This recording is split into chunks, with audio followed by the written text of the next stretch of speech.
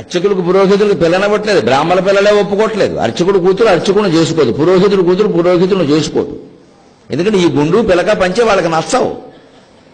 వాళ్ళేమో ఇక్కడో చినిగేసుకుని modern dress వేసుకుని వాళ్ళు ఉంటే అర్చకుడిని ఎందుకు చేసుకుంటారండి? ఎందుకంటే అర్చకుడిని చేసుకుంటే ఇవన్నీ మానేయాలి, మానేయడం ఇష్టం లేదు వాళ్ళకి. నాకు 60,000 ఆదాయం ఉంది, అనవసరం, నువ్వేమి సంపాదించకపోయినా అడుక్కు తిన్నా మంచిదే, ఇంజనీర్ అవ్వాలి, సాఫ్ట్వేర్ అవ్వాలంతే. నువ్వేం సంపాదించకపోయినా మంచిదే, నువ్వు ఎంత సంపాదించినా అర్చకుడైతే నాకు కుదరదు. ఎందుకు వస్తుంది తేడా గమనించండి. మా ఊరికి అవి మాట్లాడేసి ధర్మం పోయింది, ధర్మం ఎందుకు నష్టపోయింది? కాలానుగుణంగా ధర్మాన్ని మార్చకపోతే నష్టపోతుంది.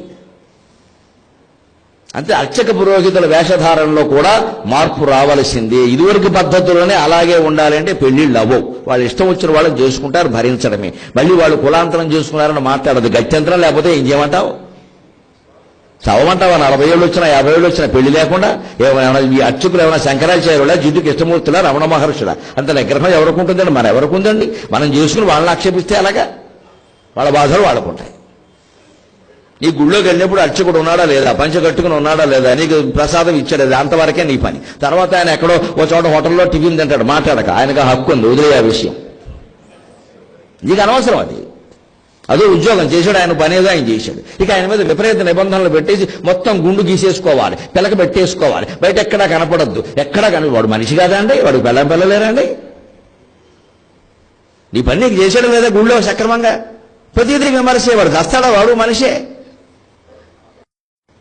కాలానుగుణంగా ధర్మం ఎప్పుడు మారుతూ వచ్చింది. ఆ ధర్మాన్ని ఎప్పటికప్పుడు మార్చుకుని పర్వాలేదని కాస్త ఫ్లెక్సిబిలిటీ అంటారు, సంకోచ వ్యాకోచాలు, అవి లేకపోతే అసలు వ్యవస్థే మూలమైపోతుంది, మూలఛేదం అయిపోతుంది. అప్పుడేం చేస్తాం?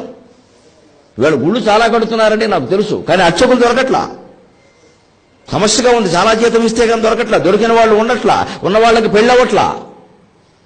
దీనికి గుళ్ళు కట్టి ఏం చేస్తారు?